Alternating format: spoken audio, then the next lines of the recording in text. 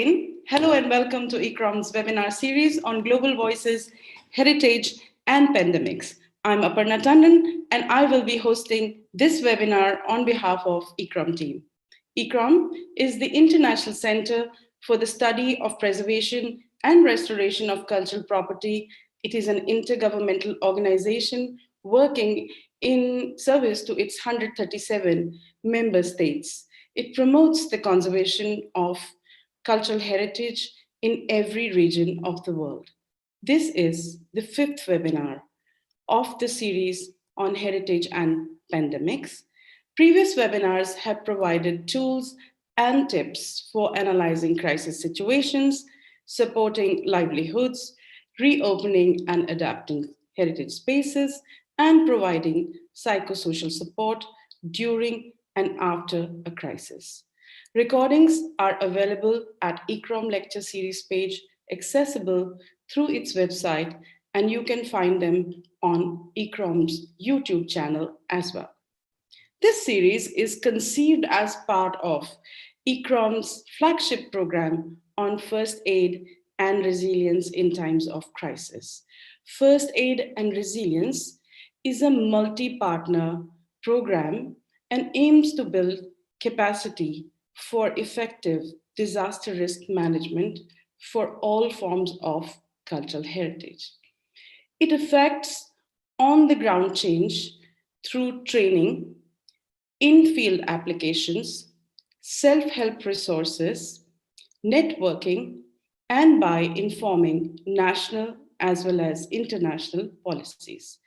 Our network of 500 cultural first aiders, mentors, and leaders spans 78 countries. A strong and still evolving component of the program centers on community based disaster resilience, and it addresses all risks to heritage, including those stemming from conflict or fragile contexts. The webinars on heritage and pandemics are meant to offer a platform for our extended community to share experiences and strategies for response as well as recovery of heritage and associated communities from the ongoing pandemic and other secondary risks that are stemming from this situation. ICROM is grateful to all its partners and in particular to Swedish Postcode Foundation for enabling this exchange. Before moving on, I would now like to mention that as in previous webinars, you can send your queries and comments by clicking in on the Q&A icon that you see at the bottom of your Zoom window.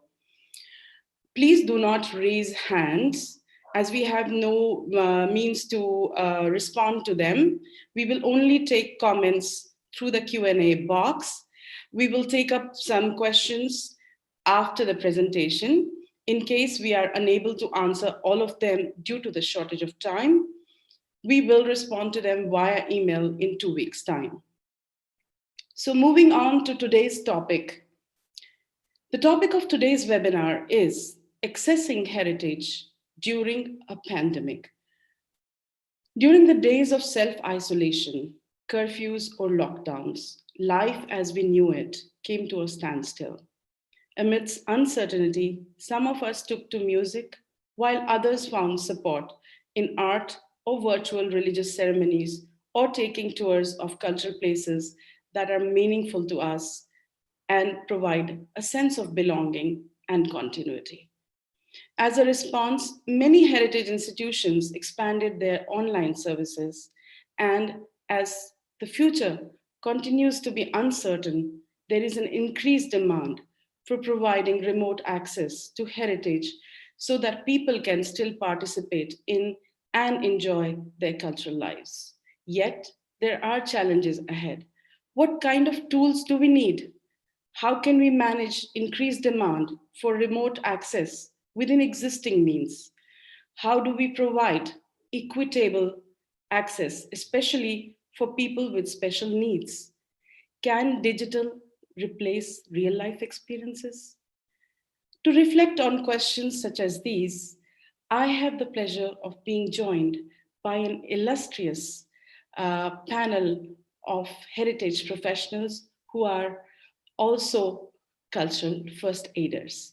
Moderating this panel is Rebecca Kennedy, who has worked as a registrar and collections manager for 15 years at organizations ranging from historic homes to the Smithsonian Institution. She is now in private practice at Cure Collections. Rebecca is a mentor for First Aid and Resilience Program, and now I invite her to further introduce today's topic as well as our panelists. Over to Rebecca. Thank you.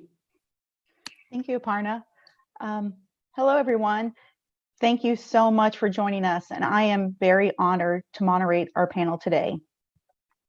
The physical closure of approximately 90% of the world's cultural heritage sites and museums due to the COVID-19 pandemic has challenged staff to utilize digital content to reach their audience and honor their missions. We have seen very creative interpretations of heritage during the lockdown. For many members of the public, the ability to visit museums, heritage sites, monuments, and parks virtually has provided adventure while in lockdown and encouraged the development of their own arts and crafts. Music, dances, literature, places of worship, and theater from all over the world is more accessible than ever before and crosses cultural lines, opening a world of understanding. Communities in crisis often turn to culture for guidance, and thanks to the tireless efforts of cultural heritage stewards who have provided this content, the world is inspired. I am excited to now present the panelists to you who will delve deeper into this topic and encourage you to continue with your efforts to provide access to heritage during a pandemic. We will begin with Antonia Suazo, who is an architect specialized in 3D documentation and analysis of cultural heritage. He works as associate architect at National Center for Conservation and Restoration, in charge of bringing documentation in emergency fields for protecting cultural heritage in Chile. Alicia Strozzi is a conservation officer for the Superintendencia, Regional Office of Ministry of Cultural Heritage. She is in charge of education and research area. Her aim is to prepare the community to preventively conserve their heritage and be inclusive in the decision-making process. Matthew Jacobs is a trained architect, craftsperson, and educator working with the United States National Park Service in New York City.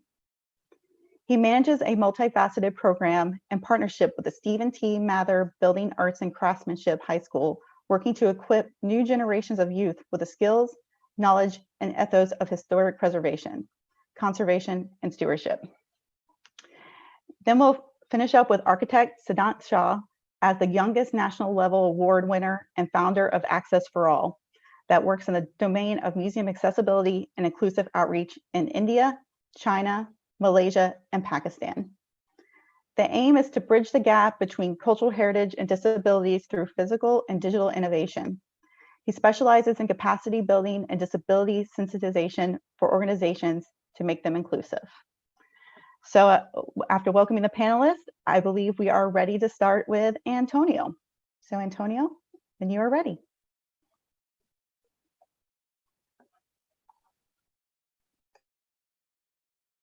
Okay, Rebecca, many thanks, and many thanks to Aparna and to ICROM for giving us the opportunity of meeting together and continue to learn from each other. We kind of tried to have this integrated approach for delivering the webinar today. So I will be mainly focusing on the digital tools. And I will be using some of the cases and examples that we have collected so far from the Chilean experience. But I think most of them applies to what's happening right now. What are the challenges that are occurring on the entire globe? So, first of all, what is the challenge of going digital in the realm of the museums and collections? I will try to go between these three general topics. First, I will be talking about the content, what the digital content is, and what are the creation tools that we have at hand to first make these contents in the first place. Later on, I will build upon the opportunity of bringing this new content into actual cultural activities that goes beyond just showing content, but instead developing around monitoring and cultural mediation. That is what the museums actually do on a physical daily basis. And ultimately, I will be talking about how these first two topics lead us to actually engage people, and how do the museums can have this new scenario of tools and content to make this integrated value, and to and to turn around in the idea of the what the communities says, or what the stories behind the cultural heritage that the museum is trying to allocate in the first place. And mostly, as I mentioned it, I will be talking around these examples that we have collected so far. Right here in Chile, there is a nationwide campaign day that is called Cultural Heritage Day. That's been around for like 20 years, and that brings a lot of attention. And people really, literally, make lines for getting to know the cultural heritage. But during this lockdown from the coronavirus, authorities have decided to make an online version, and the results are overwhelming. So I have collected a lot of cases that will be showing you to support the main ideas of the presentation. In the first place, the content. What is the opportunities of digital content? Well, the first content that you might have is by using the digital material that you might already have done before, or that you might have collected. You have a repository of these images and assets.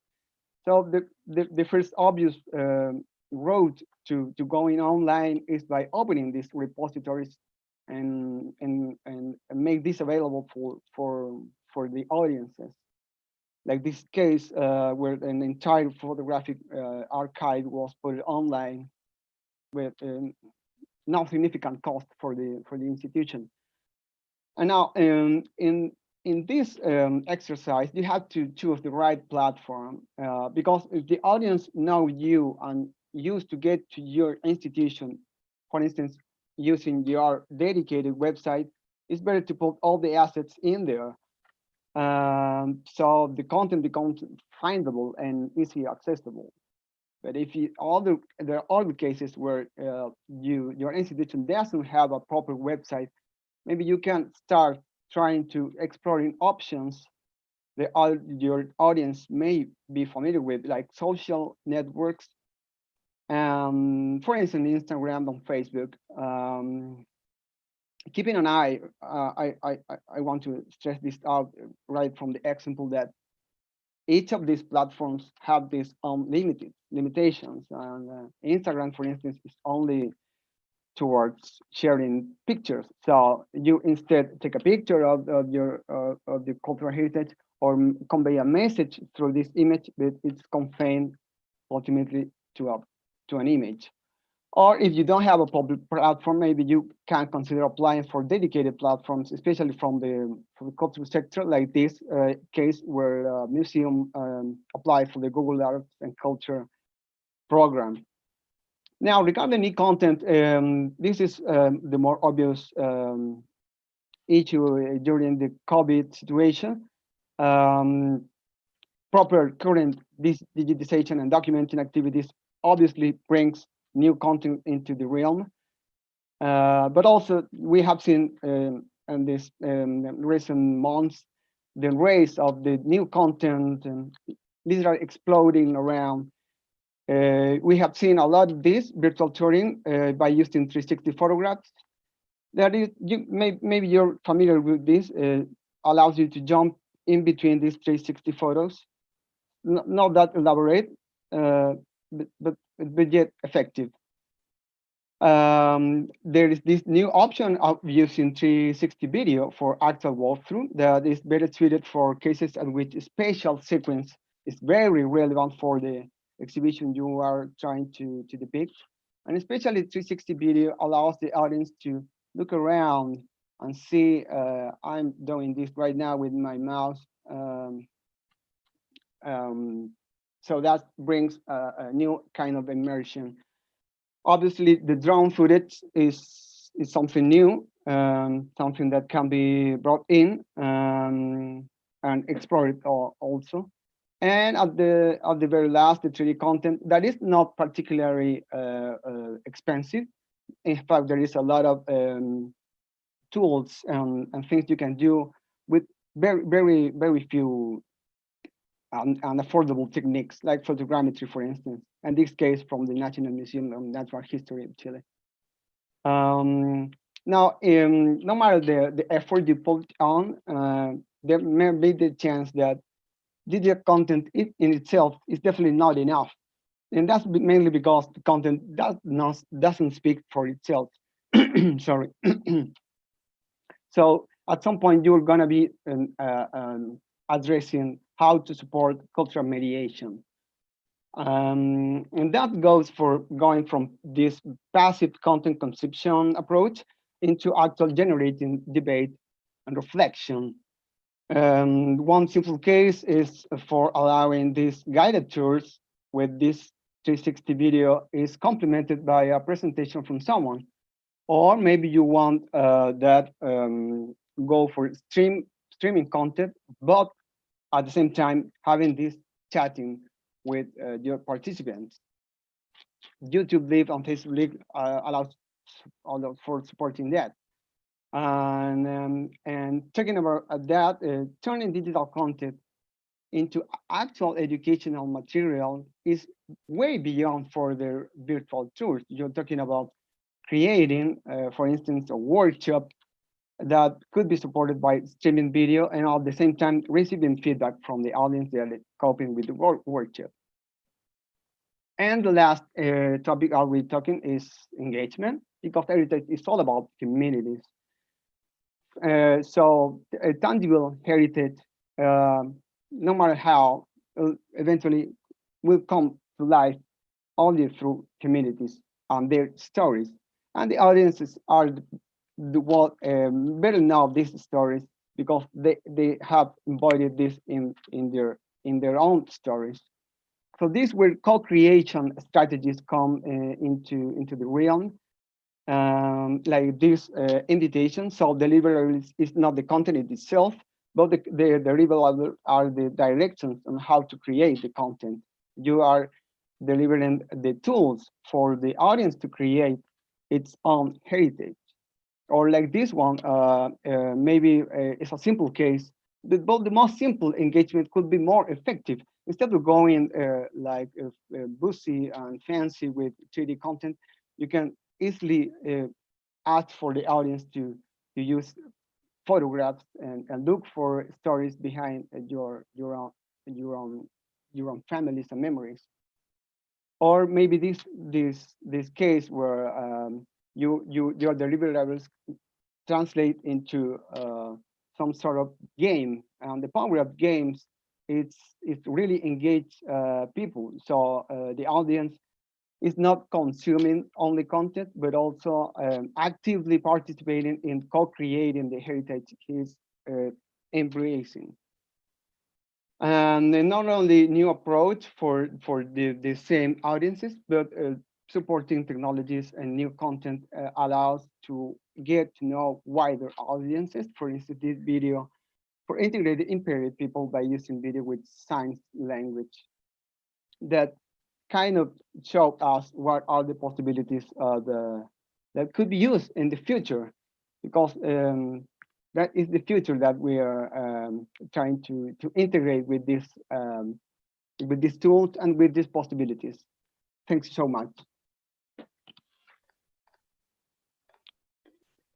Thank you, Antonio. That was incredibly informative, and I'm sure people are very interested in all these ideas that you shared.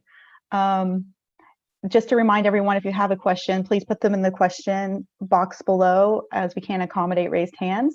And we're going to, because of the flow of this presentation, we're going to move straight into Alicia. So Alicia, please start your presentation. Yes.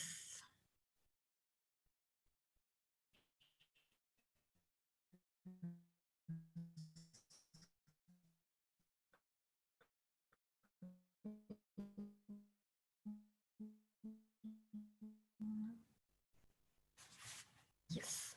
Okay. So Antonio has widely explained the word apply. Oh, sorry. I'm sorry. It's here actually.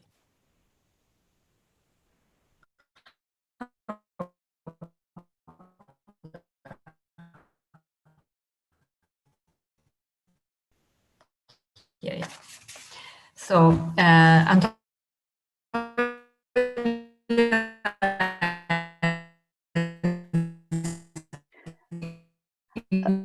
Alicia, we're having some introduce my topic and Alicia, huge amount of possibility we're and having potential some in those days. This digital was what has been changed. Oh.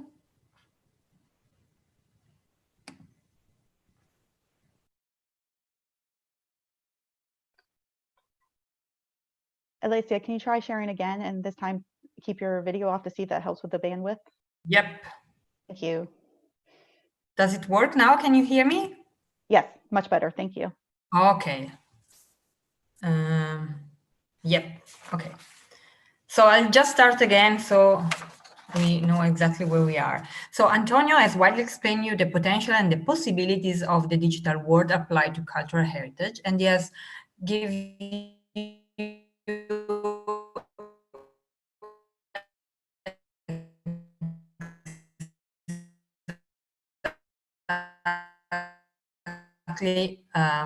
a little tip on the engagement. We're there even before COVID-19. We have changed our habits taken before COVID-19 knocked our doors. What can we see? We definitely can see that we are inside the museums, and we see that there are teenagers sitting on a couch, and those teenagers are completely engaged in their phones, while a Rembrandt painting is standing behind them. What can we assume? Just to make it easier, we can make two assumptions. Either they are searching for additional information about the paintings, and that's actually what we really hope, or they're expressing interest for something which is not the museum. In other words, they're expressing disinterest. During our period, which actually we are facing now, as soon as we have started this period of quarantine, we were forced to stay at home, and we had to find different ways to profit of our time.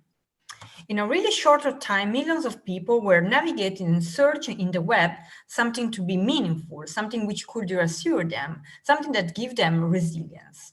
They were not afraid, but we were searching something that could help us. People were and are still exploring the world through a digital window. But together with the increase of the request, also the offer has increased. There was a huge growth in size of digital content, such as activities, visit, tour. Also Antonio has shown some of them.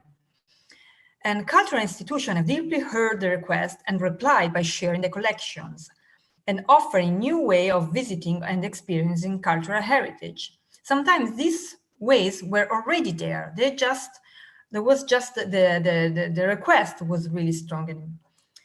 And moving to what also Antonio started to say is to word engage.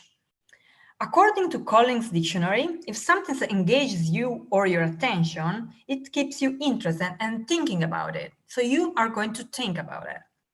If you engage with something or with a group of people you get involved with, and you feel that you are connected with and have real contact with it. This is not just a word. This is a way of increasing democracy. But to increase democracy, we need to have a clear idea who to engage. When we think to our cultural institution, are we addressing and targeting our audience? I'm aware that for some of you, this question can sound, ordinary, banal, but quality comes direct from this first path. We need to have a clear idea which is our target, because the world is not any longer a simple system. And when I say a simple system, I'm referring to the physical phenomenon. To clarify what I want to say, I will use an example. A simple system is like our museums were used to work. They were producing information, content, and visitors were passively taking them. Today, our world is a complex system, where a complex system is not a trivial juxtaposition of simple parts, but is structured by their mutual relationships, which originate new collective properties, and I'm repeating, collective properties, irreducible to those of the constituents. So it's like the union of the part is greater than their sum. To understand collective properties, one must study those relationships and increase them, which means we need to listen and engage people, let them be proactive part of the creation, making co-creation. And we need to be inclusive. In this way, we will increase the quality of our services and we will affiliate them. We need to pass from having visitor to participant. And again, we need to be inclusive. And we need to be inclusive because culture never stops. We are and we produce culture. This is what has happened in the past, during COVID pandemic, and what is happening today everywhere, and what is happening in the future. Just now to make you some examples that Antonio has already given you some example where there was a co-creation, an engagement. This one is an actively involved, an example of actively involved and producing content from the person that decided to participate to this call. It's a flash mob which is virtually taking place every Sundays in the social media. With the #AreYouReady hashtag, everyone is invited to share and tag a picture of their favorite library, archives, museum, object, whatever. There's no limit on what you can share, but it's something that is a cultural heritage that belongs to you. And you should explain also why you have chosen this picture. Thanks to this community-based content, it is possible to travel for a virtual tour through Italian community eyes. And in this way also, heritage can be challenged with additional and personal information. We have received a picture like in this place, this monument is really important to me because I've done my first kiss. This is something that belongs. And this is why culture does not stop. Another example also, I'm gonna really just make it really short because also Antonio has shown you like a sort of home production. Here we have, this is one of the most important painting by Raffaello, is the Virgin Mary marriage. And we have this little temple behind. The museum has decided to make available the temple and you can build up at home. But again, there is also other way, if we look at our past, there was this grand tour. The grand tour was the 17th and 18th century custom of a traditional trip of Europe undertaken by upper-class young European men of sufficient means and rank. I want to underline there was men of sufficient means and rank. I want to underline this because the digital tool can really increase the democracy. Everyone is allowed to go and visit it. The custom of the Grand Tour served as an education rite of passage. The primary value of the Grand Tour lay in its exposure to the cultural legacy of classical antiquity and the Renaissance. In addition, it provided the only opportunity to view specific works of art and possibly the only chance to hear certain music. The legacy of the Grand Tour lives on to the modern day and is still evident in works of travel and literature. Can we now understand how lucky we are to travel the world from our sofa and choosing how we want to experience it? Because every museum now has put their collection available to us. What I want to stress at the end is that cultural institutions need to tackle and innovate their role in society using digital content designed to offer important added values, which later will accompany the live visit and the real experience. Today, thanks to this experience, that we were forced to stay at home with this corona pandemic, the general trend is toward the enhancement of a slower and more authentic experience of visiting and participating, of a more aware relationship with art. So passing from visitor to participant,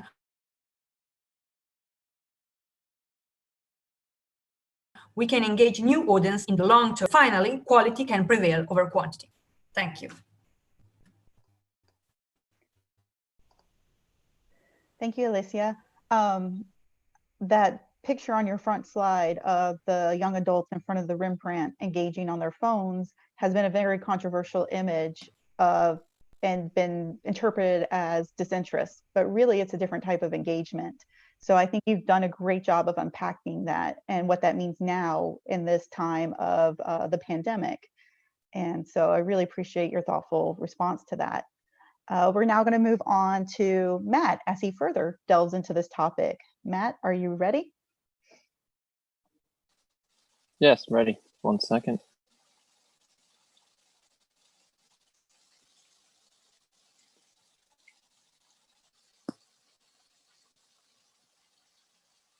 Okay.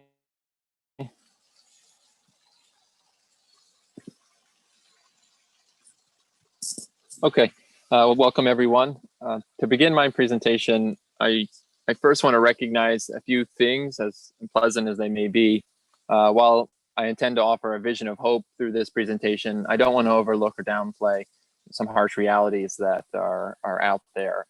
According to UNESCO and ICOM and various other international bodies, between 10 and 20% of cultural institutions will not reopen or resume operations due to severe financial distress related to the pandemic. And obviously those of us who do resume our operations will find a very different world in which we'll be operating. The situations and the situations we see will be unlike anything we have seen before. And for many of our friends and colleagues out there in places that have lived with war and civil unrest and economic and social stress, this pandemic comes as just one additional layer to already difficult circumstances. And while the pandemic has affected us all, it has not affected us all in the same way. And we all have many obstacles to overcome. But I know I have found great hope in the way the heritage community at large has been there for their communities in whatever way they were able to muster given the difficult circumstances. And in a time when people are looking for places to turn to, heritage cultural organizations, ranking among the most trusted institutions in the world, have continued to prove their worth as places of learning, healing, and understanding during these times.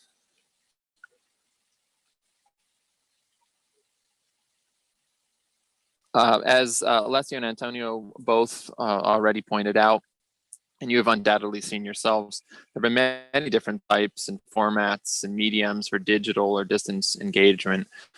What we attempted to do was to collect the many things that are happening out there and in the digital cultural heritage space as a way of beginning to create nomenclature and some understanding of where we are right now and where we can head in the future. So basically, what we did was a survey, and a lot of the things that folks were doing, organizations were doing out there, fell into one of these three categories of broadcast, interactive, and dialogic content and engagement. With broadcast being a lot of things that are fairly one-directional, one-dimensional, things that we are putting out that are pre-recorded, concerts, online exhibits, lectures, interactive things, as Antonio highlighted several of them, interactive virtual tours, art at home activities, other things like crowdsourced archival transcription services, and then dialogic, or things that are multidimensional and include co-created content and public discussion forums, oral histories, and interviews. things that allow us to co-create meaning and interpretation. So regardless of what you've done or what category it may fall into, one message I hear consistently from colleagues is that I think we would all do things differently if we had more time to plan for this, and certainly if re-enter or we continue with social distancing or future disruptions to our operations, we would want to possibly do things differently than we did this time. So I think it's very important as this rapidly changing situation evolves, that we take some time to analyze where we are before we move into future phases or make other large decisions about how we engage or resume something of our pre-COVID operations.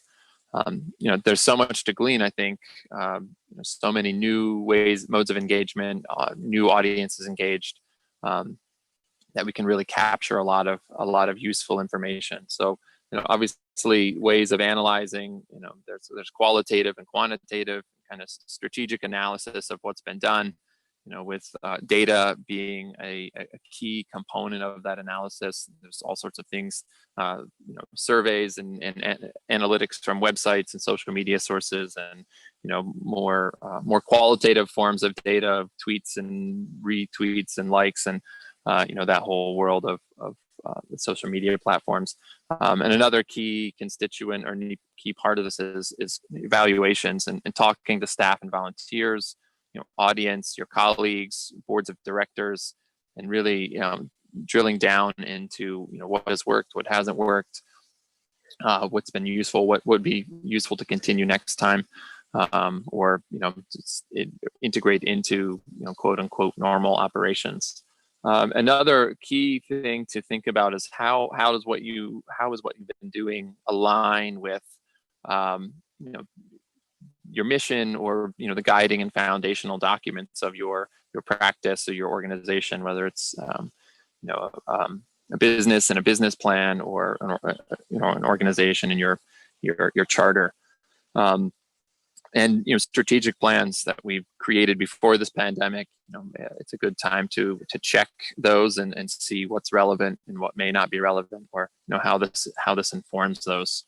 I think one key takeaway is that it's important to use our mission and these guiding documents to guide the technology and the technical forms of engagement that we are using, rather than letting the technology dictate what it is that we were doing.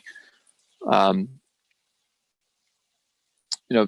think this will be helpful in charting next steps, and if we can parse out what has happened through this experience and analyze our individual actions and collective experiments in remote engagement, we can.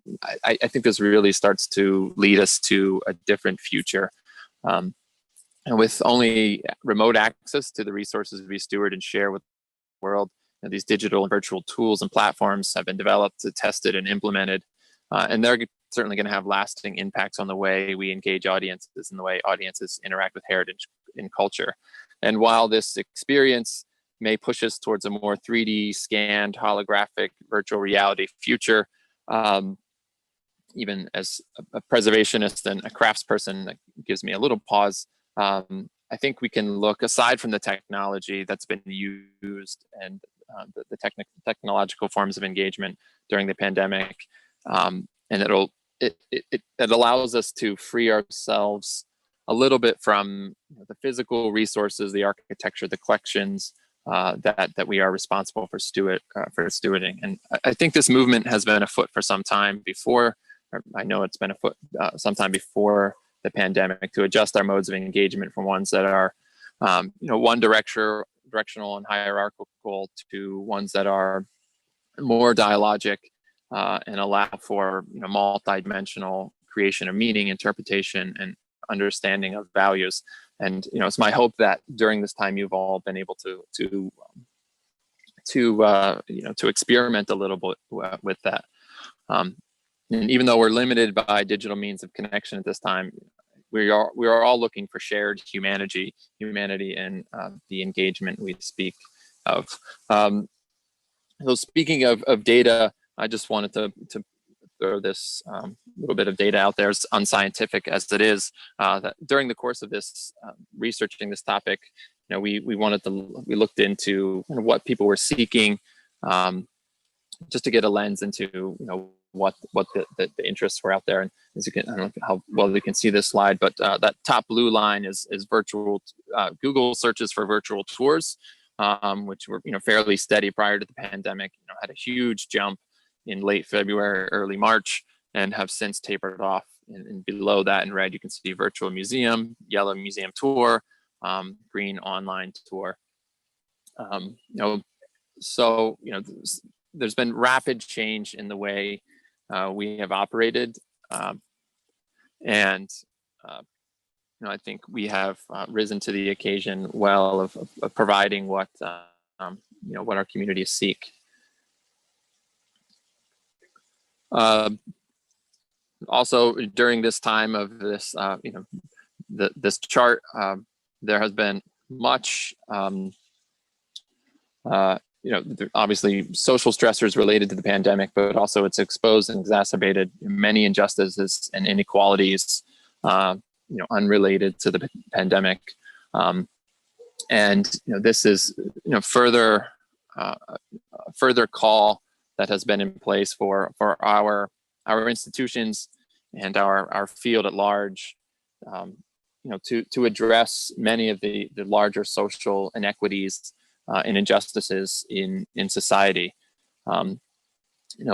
This, as I said, this movement has been afoot, but by our nature and certainly by our nurture, changing the heritage field is often long and deliberative. But at least until recently, we've seen the pandemic, institute, sweeping changes in a very short amount of time. We've had to, adjust almost overnight the way we operate, which again, I've been encouraged by that flexibility, the creativity and critical thinking that I've seen. And I think if we can harness that, the disruption and how we've responded to it, I think we can also utilize that to further the initiatives and the movements afoot to have the heritage community more engaged in working with communities to promote and to build more peaceful, equitable, and inclusive societies. Just as a point of comparison here, I'm not trying to beat up on virtual tours because there are incredible ones out there that I participated in, but by comparison, you can see in the same time period the searches for some of these issues that we're struggling with as societies and as a heritage community now, with virtual tour being that line near the bottom, and searches for community and justice and museum in general and equality. You can see how they have largely remained unchanged over time, or have increased since the pandemic. So I think it's a prime opportunity for us to reassess where we are and what we have to offer the communities we serve, and how we can engage in some of these broader conversations. And it's we're fortunate that many organizations have already started in this direction, and we have a lot to glean from them and a lot to learn from them. So I wanted to just highlight a few that we can all look to as potential sources of inspiration, or even in some of these instances, training and guidance on how to approach some of these topics. Eastern State Penitentiary is a site in Philadelphia. It's a former penitentiary prison, where they are critically looking at how reform has happened in the criminal justice system. And the organization will say themselves that they have transferred somewhat from trying to be a neutral purveyor of history to an active and engaged participant in these broader societal issues.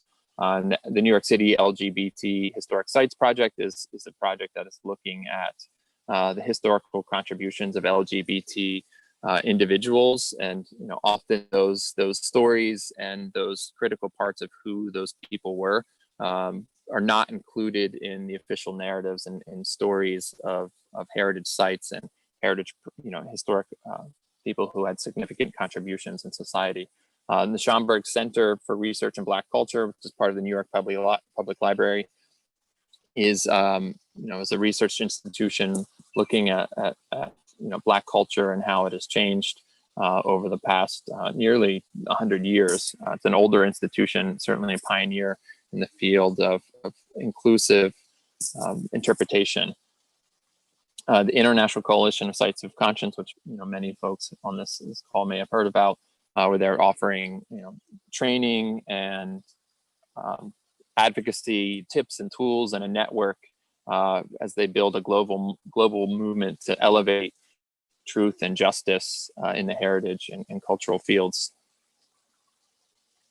So I think in closing, as we seek to create or to cope with what is the new normal, I think we have a role in helping to create and further create what the new normal is and further some of the some of the work that the organizations I just discussed have already been working on, and that many of us see as a need in this field.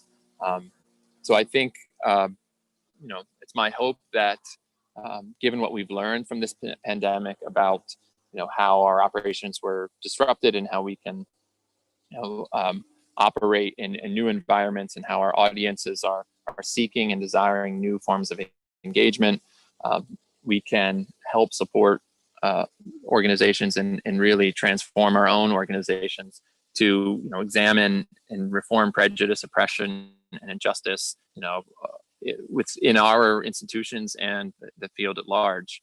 And as I mentioned previously, the heritage sector is well regarded and trusted around the world, and we should capitalize on our public trust and support to amplify other organizations who are exploring, exposing, and offering solutions to those oppression and injustices across society.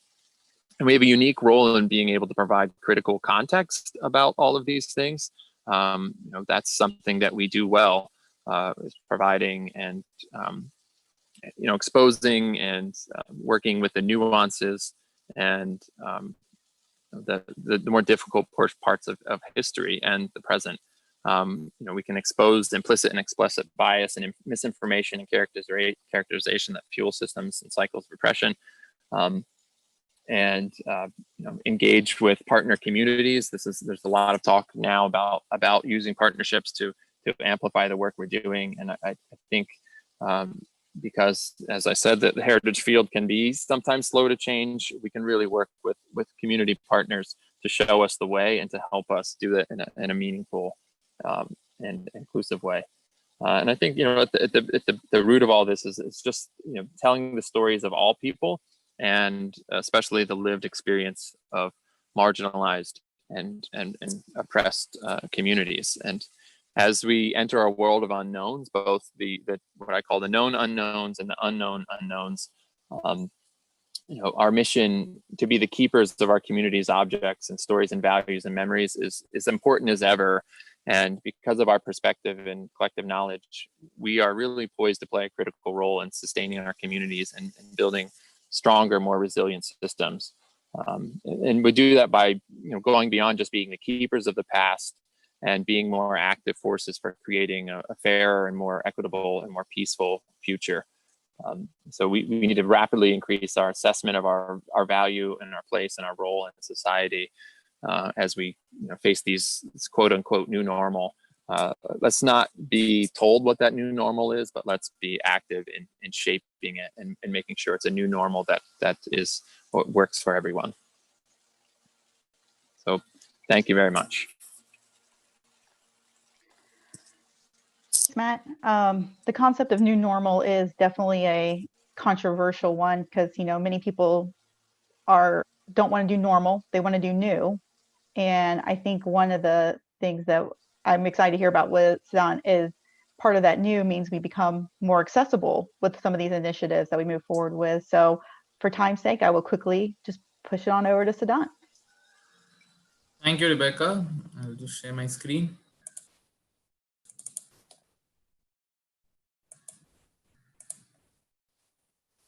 Thank you, Ikram. This is Siddhansha here from Mumbai. Thank you so much for this opportunity to talk about how do we make heritage accessible digitally. This presentation focuses on our practices that we've been working with various museums, art galleries, cultural sites to make them accessible to a wider audience. And now, in the time of this lockdown where we are all housebound, digital is the way to go forward. But while we talk about digital extensively, one of the most important thing is to understand that for whom are we doing this? Who is that audience? Like, who are those people who are going to use the services, who are going to go onto the website and see? It could be a housewife, it could be a homemaker, it could be a kid with on the autism spectrum, it could be senior citizens. There are various people out there who have phones in their hand, who have time.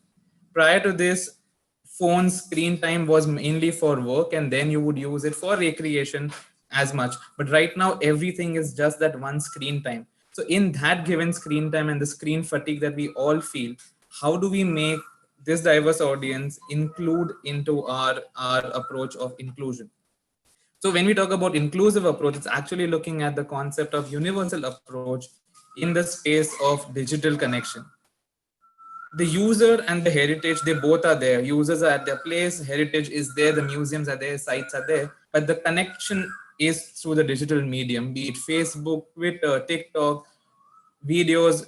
Suddenly you see a surge in all the OTT platforms. These are the mediums. But when we talk of these medium, what is that key content that is there in this digital medium? They're either driven by text, which forms the larger part of this, or they are images or videos that you keep on seeing. It's literally the play of text and image, or video, images, and the way that entire content is created, and the play of this that makes it either accessible to everyone or makes you not look at that clearly. This is one of the screenshots that I'm sharing from the museum that we worked in Jodhpur Miranga Trust to make their website accessible to a wider audience.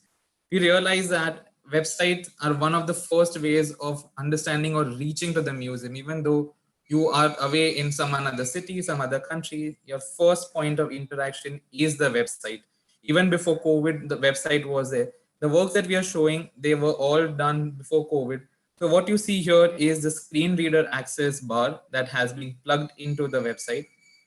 It makes your website accessible to those with visual impairment. It makes your website accessible to those with low vision, color blindness, or even like for senior citizens who need to zoom into the detail to understand and read that particularly, or children particularly, children on the spectrum, children on the autism spectrum, learning disability, who need to read things at a particular font in a particular size. It makes it easily accessible for them. So you work on the font, the color, and the images. And what you see here is a simulation of a bright contrast where you have a lighter color that allows you to read text which is spread out. The first and the most important thing to make any content that you put up either on your website, you put up on your social media, is to look at the color contrast. What you see here, the way the yellow comes with as a background for that particular color red, and the same red that you see against green, you can understand even on your screens. If you're seeing this on your laptop or if you are on your phones, you can understand the difference that we are trying to talk about. Also, like, there is this a tendency of using text on black color background and in white. It really frustrates the eye for those who have compromised vision. So avoid doing that. Instead, do the reverse that you see over here. The fonts that you use are also extremely important. The way I have made the presentation is to give the key immediate things that you can incorporate even on your Facebook or anything that you do to make your content as accessible as possible. So the using the right fonts. If you use a sans serif font, it is legible for a wider audience. And against using the serif font or tighter fonts that become difficult for those with, again, compressed vision, also with focusing on children with learning disorders and slow learners, because they need to read letters in a particular format. Also, the tight font becomes extremely difficult for them to read on the autism spectrum. And we will be talking about various ways you can make your content accessible to the wider group of people, other disabilities as well. What you see here is the minimum point text that you should be using, the minimum font size that you should be having in any content that you bring. So the color, the font type, and the font size, they're three really, really important things. You can read everything, even you can read the last part because there are very few words.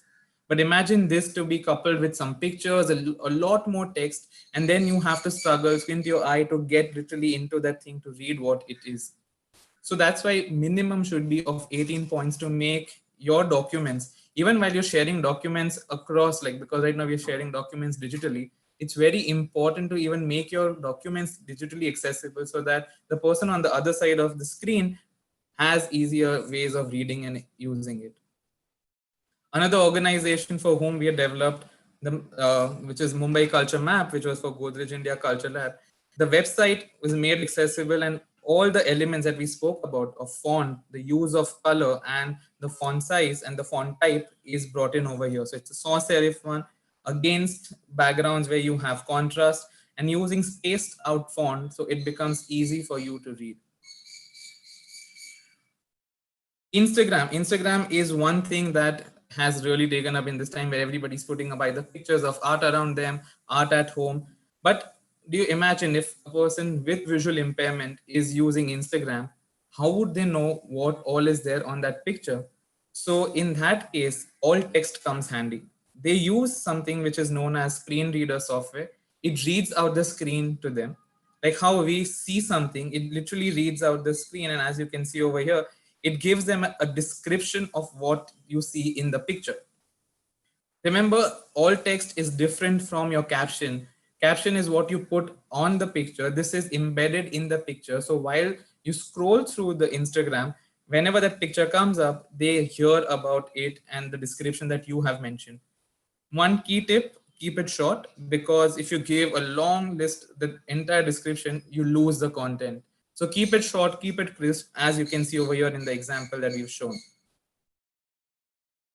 Participate and share. Digital engagement, digitally, we can become more accessible if the content that has been shared by the museums is spread out. There is a digital outreach of that content, and if we all equally participate into it. What you see here is not a competition, but this challenge that was put up by National Museum in New Delhi to look at hairstyles and incorporate that hairstyle and whatever you think about it and create your hairdo and post a picture of that. Now, this is a great way for people who would either not go to museums or not even look at the details of the sculpture to look at the sculpture in that detail and look at the variety of hairstyles, the ornamentation that is there, the way the sculpture is, what is the material. And if they really take to it, this is your new audience who would be visiting your site, whom you have actually now created an interest in to be there in your space whenever it opens. One program that we are constantly running, which we used to do within the museum spaces, within the heritage sites or in the art galleries, was the art education program for children on the autism spectrum and other learning disabilities. What we are constantly doing, we are continuing with the program, which happens on Zoom, and the whole idea of traveling the world, but from the comforts of your home in your safe zone. So this was Van Gogh for Kids, where we talked to them about Van Gogh, his story, and how he would create, and then everybody would interpret it in their own ways. Initially, it was a challenge to interact with children on the autism spectrum on Zoom, but then as in how you make the technology, you create graphical content more accessible, it became easier for them to take to it. So you see their iterations, their interpretations of that. So there is constantly something that used to happen in a physical space. It is still happening, but it's happening digitally. And that's also one way to participate and share. Videos, like you see a huge rise in the use of YouTube, Netflix, Amazon Prime, various different OTT platforms where video content has been used extensively. A lot of museums have been putting up webinars. Like another thing to look at is how can you make your webinar, your presentation more accessible. And the ideal way of doing it is to make it accessible with inserting the caption in the space. This makes it accessible for those with hearing impairment so that if they can't hear, they can actually read. And all those who are unlettered and use sign language, one way could be to plug in the element of sign language into your video. It's a plugin. When you work on sign language video, two things to remember. Always place it either on the right hand side corner or the left hand side corner, so that you don't cover the visual content which is there. And plus, have it against a lighter background so that the person's hand movements are seen clearly. Play theory. Playway theory works really great to bring in people in the museums. We have been doing that with the organizations that we were working with, and to create treasure hunt within the museum, to have I Spy games in the museums. But now that you're not in the museum, you can still continue that through making it accessible digitally. You gamify your content. As all our previous speakers said, there is a lot of content that is already available there. How do you gamify it? How do you make them more engaging for children, which either would not go on the website to see what is happening, to know about a museum, would actually get into it? And again, you are opening a new base of visitors who would love to visit the museum after the session. Previously, we would be engaging in tactile experiences, blindfold experiences, touch, feel, participation, which sadly have become taboo in today's time. Of course, we know it's a temporary taboo, but we understand that the tactile touch senses would increase the chance of infections, which we really would not like. But still, how do we maintain the touch, and how do we keep that first touch point? And going back to my first point about the use of websites, the first touch point now to your museums is, no matter what, your website, blogs, or social media. And if they are inclusive, if they look accessible, if they would enter like this, what you see over here is from the State Bank Museum of Pakistan in Karachi, and they have a brilliant visual museum tour. So if you click on that, it takes you around to see the space. And now that you've seen it virtually, you would like to go and be part of that physically and see those numismatic collections in person. So on concluding my presentation, just talking about that no matter what, inclusion does matter. You either do it at the end of it or you think of it while conception. That is completely your choice, but it is really important to make your content accessible if you want it to be available and used by a diverse group of people. On that note, thank you so much. I hope the presentation helps you all get some clues, tips to make your museums, your resources accessible. We have our resources available. Please do write to us and we'll be more than happy to share other resources and kits that we have prepared. Thank you. Thank you, Siddhant. I definitely learned something from you. It's amazing, all that can be done for accessibility. So thank you to all of our speakers. The resiliency and creation of culture during times of crisis is really inspiring. All these activities that were mentioned not only encourage creative design and creative outlooks from families and individuals, but also engage new audiences in heritage and culture. However, we must be careful. The urge to produce digital content quickly does not mean we should neglect accessibility. We encourage accessibility to be part of the planning for all initiatives, in person or digital, as we move forward in this new phase of life, post-COVID. To bring culture and heritage to communities and audiences at large, we must continue to provide culture, access, accessibility, and encouragement for people who are in lockdown and suffering during this time. So thank you to everyone. And now I would like to turn it over to Aparna again.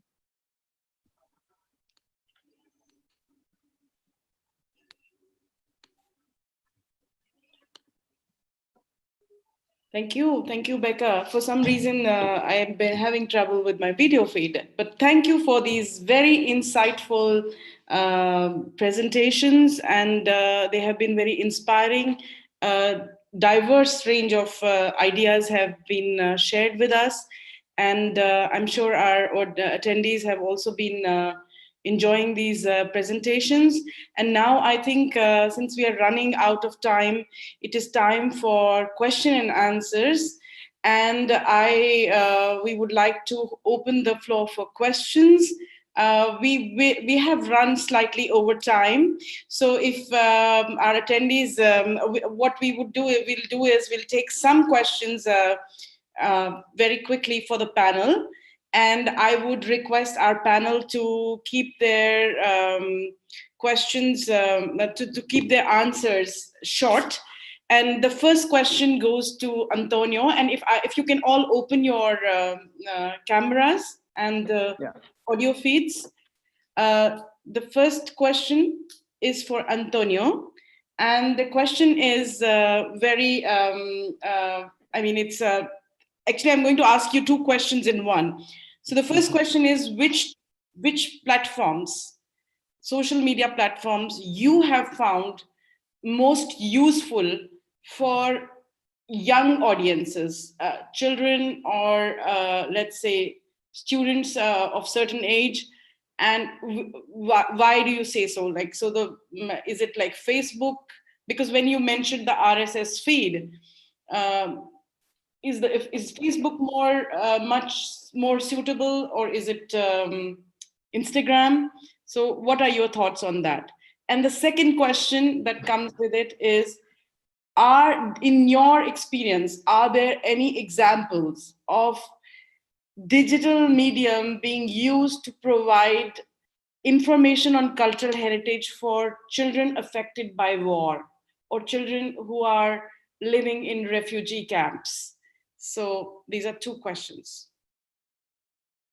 All right. Well, from my work, because I'm not in the reports and research of the statics, but as I'm aware of, I think Instagram is more tailored for the younger audiences. I think there is some evidence that supports that, because yeah, it's kind of the Facebook is for, I think it's something different.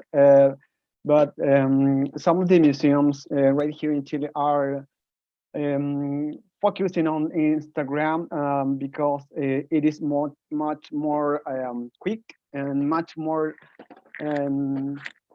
people, younger audiences seem to connect more effective with via this social network in particular. But again, the audience and the way you connect to them is part of the question, because what the challenge is all about is actually around how the experience of connecting to heritage.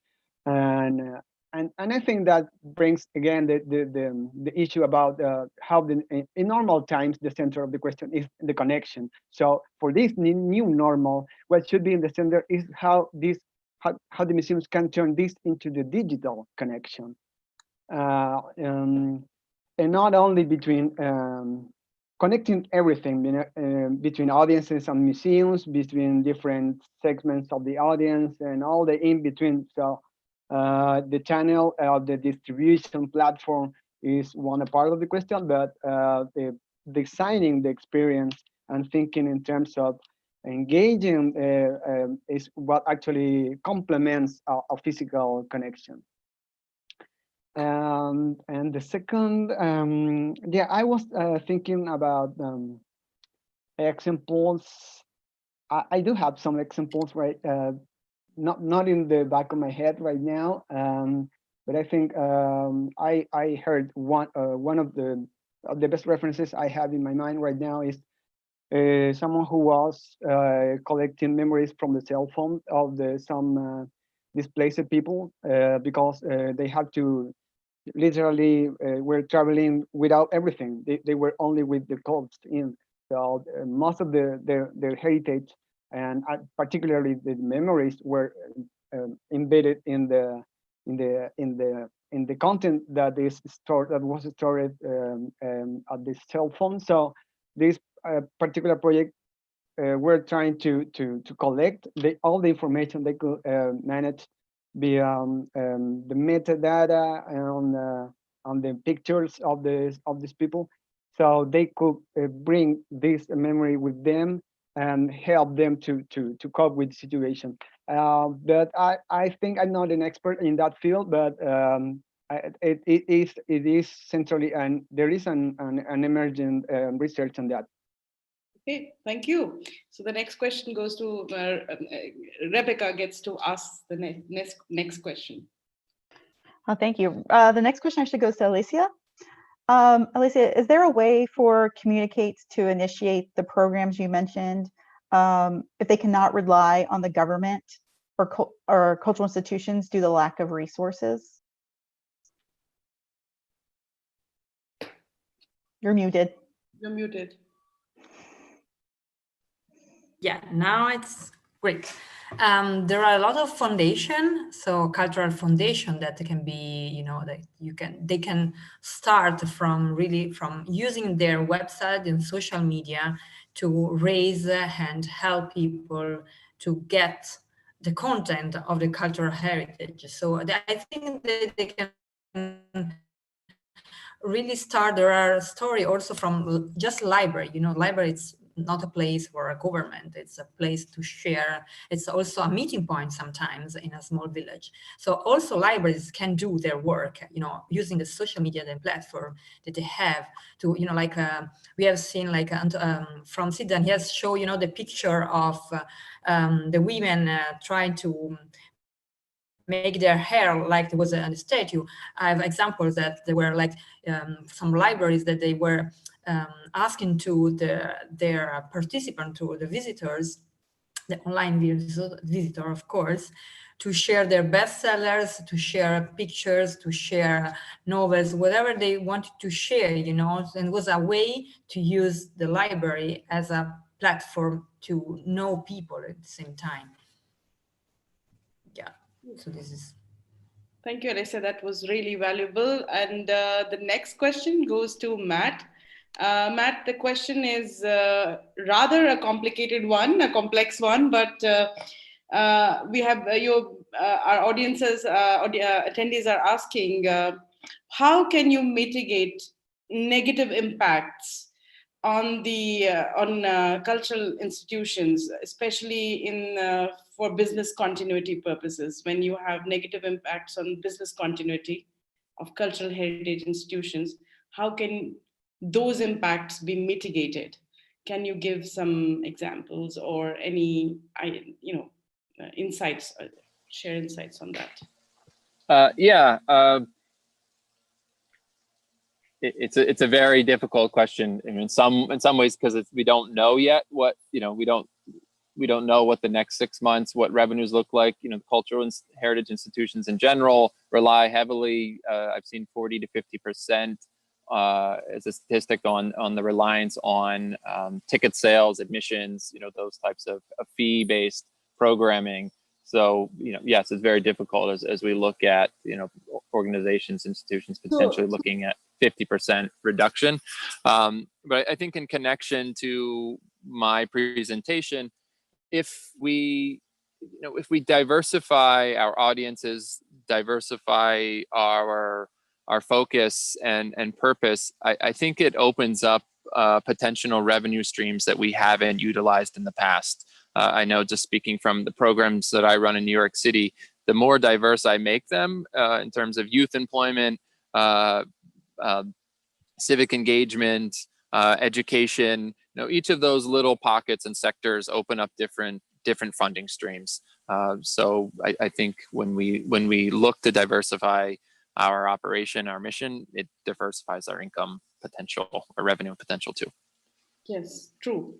And I think diversification is what we really need to now look at. And with that, it's over to Rebecca. All right, the next question is for Siddhant. The question is for you is, can you share some pointers on how to ensure from the start of a project the inclusivity or marginalized communities are included? You're muted. It's a trick. Okay. Okay, so I think one of the first way to understand the community is the language. Like, intellectual accessibility is very important. So rather than you going out and say, hi, we're going to do documentation for you, why don't you start with the first training of somebody who's in the local area, who would then be able to help you much better and get you inside the community, rather than you coming from outside saying, oh, we know everything, we're going to help you document. So they firstly, they feel marginalized. Then you come in as an authority on that. So inclusion is not always about like providing ramps, but there are various types of inclusions to look at. So particularly for this, I feel intellectual inclusion is really important, to also include the right people who have the right scholarship in the community. Like if they know of certain things, to give them the same stage as yours, to put them, to give equal opportunity. So I think if you want to start documenting in an inclusive way, I think the first thing is to have that equal opportunity given to everyone.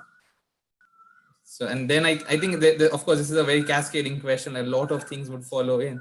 But I think the first step to take is to include the people in the community, get to know them. And if you feel that they have some resources which you can train, that there is human resource that you can train, give them certain tools that can help you in the process, then you've made the first step of making that part of the community is now with you. So rather than, I think there's this motto that we always follow while we are working, and is again a very strong motto amongst the community, is that nothing for them without them. And I think that is one way which you can be inclusive. So if you include them, it is us, all of us together, not we and them, but nothing for them without them. So we all have to come together. Okay. Thank you. Thank you, Siddhant. I'm sorry I have to bring this discussion to a close, but the last words that you have said are very valuable, that nothing for them without them. People at the heart of all efforts, and time has come to break the binaries of us and them and to bridge those divides. And with that, our panel has really highlighted that while there are digital technologies, we still need to think about access in a more broader and a diverse way, and access is not a zero-sum game.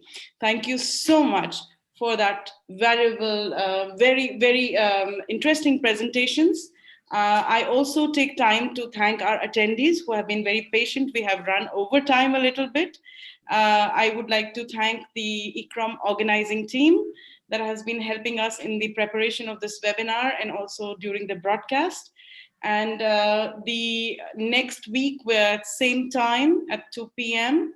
There'll be another webinar on building resilience through traditional knowledge. And to get more details, please log into ICROM website and social media platforms.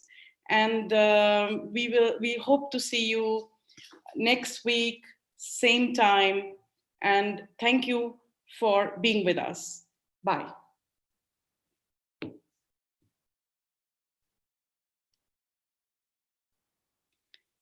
Well.